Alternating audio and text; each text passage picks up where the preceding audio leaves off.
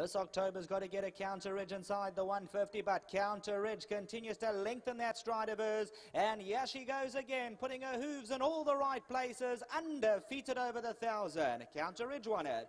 This October second, She's a Stunner did enough third, and then came Flowers of Spring, Ruby Carter.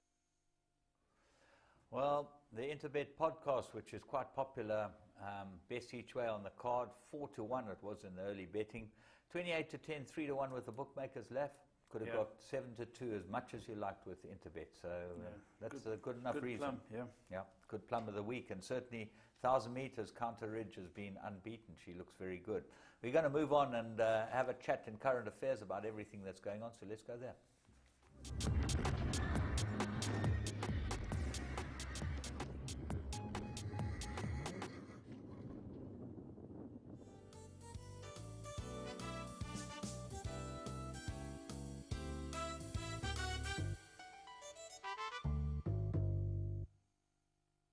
Yeah, welcome to this week's edition of Current Affairs. As you know, we've had no big racing, especially in the month of August here in South Africa. But James, we did have a Grade 3 race, and as you alluded to earlier, it's a pointer to the Emerald Cup.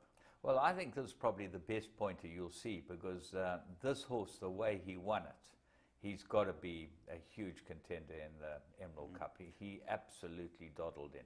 He came in at the bottom of the handicap. I don't think the handicapper can give him too much for it, although he won by 5 or 6. He'll probably get 3 kilos, 6 points, and that will still bring him into the bottom of the Emerald Cup. Let's go and pick him up to start. Yeah. This was good.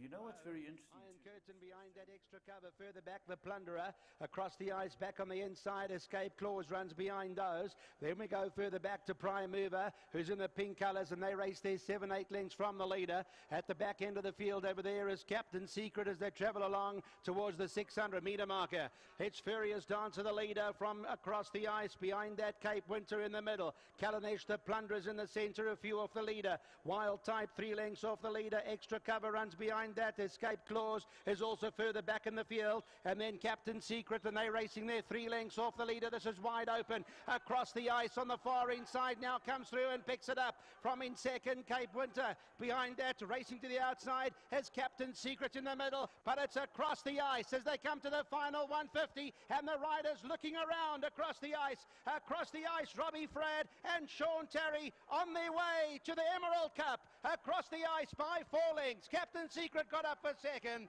with Cape Winter on the inside and Prime Mover on the outside. But as soon as...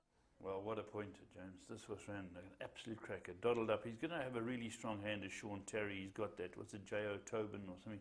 He's a great... Mr. Tobin. Mr. Tobin, so he's a great dirt horse. He really Yeah, he's got a strong hand. He's won it before with that. I just think this horse, the way he won, looks like he's absolutely set up for this race. Yeah, and you're right, low weight. As you said, Captain Secret, Mike Bass sent that horse up from down here. He ran a very good first run up on the sand. Walter, Walter. training 35 years. It's the first horse he's ever run on sand in his life. First horse he's ever run on the sand, Yeah, and he ran second. Walter's, he's meeting read the sand. milestones all the way, this guy, I'll tell you. He's got I think the half-brother to Captain Secret might have won this big race on sand before, and I think that's what made Michael think, let me try this horse on the sand, and it's proved to be a good move, you know, it can only improve. Yeah, very good race. But all the racing has been completely overshadowed this whole week by one horse. Frankel, we discussed him last week. Laff was convinced he'd get beaten. Oh, rot. You know, even in a bloody false start, they won't beat this horse. But what was interesting, I thought St. Nicholas Abbey was a certainty at even money to run. To basically with the head betting without Frankel was even money, St. Nicholas Abbey. And I said, boys, fill your boots. It got beaten. Far beat it as short head. Yeah. And if you watch the race, I thought it would run second. But what's interesting about Frankel is the way he's gone this what's it? It's 2019. It's nearly 2-1. And he's dropped off. He's gone really. He's put him to sleep as Tom Quealy, and he's relaxed, and he's basically at the front without being asked to run. Well, you just got to watch the race to see what is the epitome of a racehorse in action, because he is just different class, and I've seen lots of good horses in my time. Do you remember maybe the best. Yeah, well, possibly. Yeah, no, Henry Cecil said a long time ago that he was the best horse that he's ever seen. Do you remember, James, if one looks back and realizes how good a horse he is, when we discussed Acceleration the other day, Acceleration has been beaten by him 5 times. Of those 5 times, 4 times at second, once at third, and in the meantime, he's picked up 3 Group 1 wins as Acceleration. And this horse played with him every single time, Frankel. I don't think he's a horse in the country. The question I've got to put to you is he's got reportedly 1 race left. The Arc or the Champion Stakes? Where do you think they'll go? My feeling is they'll go for the Champion Stakes. Yeah, mine too. I think that it's a much easier mark than the Arc. Camelot is the interesting factor of the whole thing is, will Camelot take him on? Well, Camelot's going for the Triple Crown. You go for the St. Ledger. But will he take him on after that if they end up going for... I don't think that the O'Brien team will take him on. I think they've learnt their lesson now. Yeah. But let's go and pick him up. Let's go and go have watch a look this at race. One more look at the Juddmonte Frankel. International. Let's have a look at this race. They're off. And Frankel just missed half a beat, perhaps by design, restrained Queally the pink cap. They go through the first 100 yards of the 2012 Juddmonte International, and no surprise to see Bullet Train up there with Robin Hood in the dark jacket going up between horses and Windsor Palace against the fence close up. And at the end of a furlong and a half, it's Shamey Heffernan and Robin Hood who move on to set the pace, chased by Windsor Palace with Bullet Train settling off them in 3rd place. A truly run affair already. The leading trio have gone some 4 clear from St Nicholas Abbey. Then Fahar, Frankie in the all blue, the nose-banded Sri Putra against the running rail, tracked by Frankel under a waiting ride from Tom Queally. Twice over the green cap, last year's winner, last but one, and Planteur, now in the hands of William Buick, is racing at the tail. So freewheeling their way across the Knavesmire and down towards the final 3/4 of a mile. And Frankel has been put to sleep with just a couple behind him, as on the sharp end it's Windsor Palace who leads them into the turn and around towards halfway. He stretches 2 lengths clear. Robin Hood from Windsor Palace. They're followed through by Bullet Train. Then this 3-length break to St Nicholas Abbey. In behind them, Fahad, a Tory waiting back in 5th place, just ahead of Sri Putra, Frankel twice over, and finally Planteur. Into the straight they come, the pace setters still Robin Hood and Windsor Palace, crossing towards the near side down to the last half mile. Robin Hood, followed by Windsor Palace, both ridden along, trying to stay in front as long as they can. Frankel is drawn away towards the extreme left, tracking St Nicholas Abbey, who's under a patient ride from Joseph O'Brien. Down inside the 3 they come, and now the race develops. Frankel breezes up on the near side with Queally sitting motionless, and here he goes down to the final 2 into unknown territory. Fahar is taking his effort in the centre. St Nicholas Abbey a length and a half to make up, but Frankel, Queally shakes the reins. The response is immediate. Down to the last furlong, and Frankel bounds clear, and this is all over. Frankel scorching away this perfect mix of poetry and destruction, this glory of rhythm, power and majesty. The undisputed champion of the world, Frankel, wins the Juddmonte International, and it's 13 out of 13. A head bob for second, St Nicholas Abbey and Fahar. Bullet Train was next, and there followed absolutely outstanding, James. Beat a field of horses like that so comfortably, so easily, relish the extra trip, and it's been a privilege to watch him race. I can watch that race over and over, like most racing fans can, because just to watch him move up to top Group 1 horses in an absolute common canter, he just flows past them. It's like, it's hard to imagine. You know what, one just got to cast your mind back over the last 18 months that he's raced, James. I was at Royal Ascot when he trotted up. He won very comfortably. But the closest he ever came to defeat was a year earlier at Royal Ascot. And the jockey took a lot of flack because of tactics. He went way out. He's running the guineas when he went 10 lengths clear at the junction.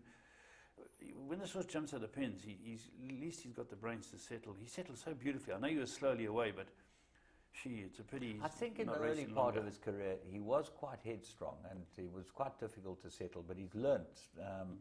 And we were chatting to these English guys yesterday about it, and they said that the guy who rides him on the gallops is, absolutely fantastic. Got beautiful hands, and really has got a lot to say to the way this horse has settled. And he wants to do his work. He wants to gallop. He wants to get out there and. James, do you remember that injury he had? Remember that email came out? We thought it might be career-threatening, but that was the beginning of the season. Correct. Thank goodness it wasn't. But What a racehorse. What an absolute racehorse, and it's been a pleasure.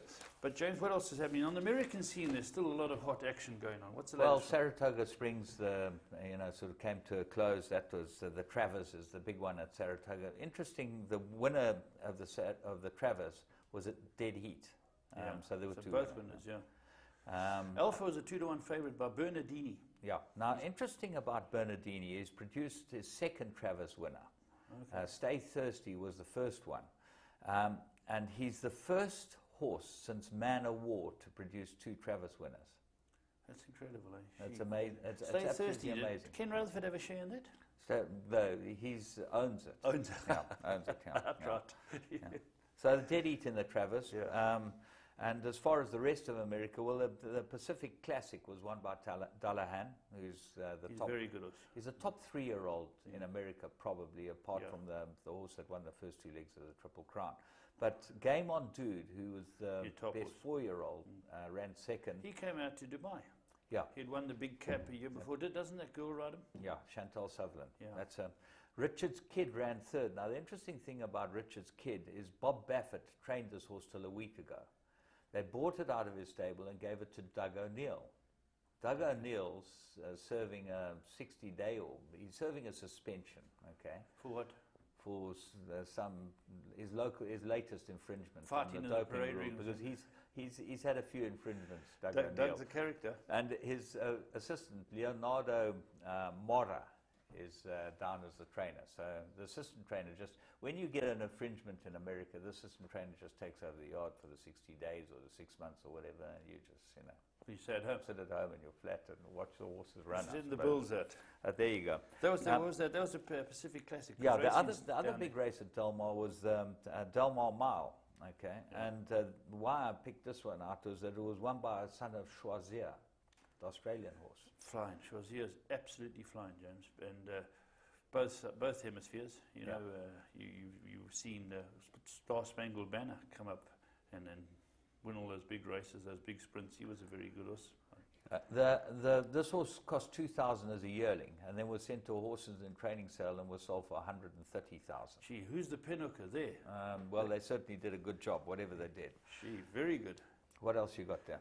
What about that Godolphin horse now? You were telling me something very interesting, that normally when Andre Fabre and the boys get those horses, they are for Sheikh Mohammed, but you got a Godolphin horse? Yeah, Master Stroke. He's by Monson, okay, it's a German horse. And he won the Grand Prix de Deauville, and Fabre and Barcelona. Mikel Barcelona, the new Godolphin rider. Yeah, he's Al Zaruni's boy, isn't he? Al Zaruni's boy. He rode the horse. So that was quite interesting, because that was unusual to see that. As far as the rest of France is concerned, the Japanese champion Orfeuve is being shipped to Very good horse, James. to France to run in the Arc, and Arc should be some race again. If Frankel goes, it'll be extra special, because last year's winner, the champion German filly, will be there. if Frankel goes, the rest of them will go for the Prix Vermeil and all those other races, I would think. But anyway, it should be very interesting. Yeah, James, that's the news, but locally very quiet in August. It's always the case. Locally, the August Stakes was the big one, and as far as the rest is concerned, well, we're going to go and have a chat to these guys, but first we'll show you a little video on what happens on the Newmarket Heath, so that should be fun in your call. What Gavel House, James? Haven't we got a couple of horses we're going to show them from Gavel House? Oh, this is our new move. Our Right, new let's move. go and have a Gavel look and House, and see we what got a- we've got at Gavel House. That's Let's go and right. see what they've got. Gavel House is a website that is selling horses every day. It is independent, proven, and reaches places most others can't. For just 500 Rand, you can advertise your horse until sold, where buyers and sellers deal direct and pay no commission. So why wait for an auction when we can do it all for you at gavelhouse.com?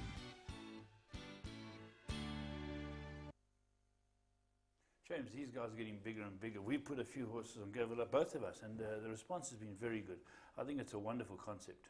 It certainly works, because all you do is you pay your 500 Rand, they put everything up for you, and you leave the horse there until it's sold. You can leave them a video, you Yeah. can leave them a photo, you can leave extended pedigrees, you can add to the link. It's really, really good. And you can go in there, and as you say, if you pick a horse out of Australia, the guy's numbers that you phone him in Australia and you arrange the deal, how you want to suit it. What we like is that every week we're going to show a couple of horses that are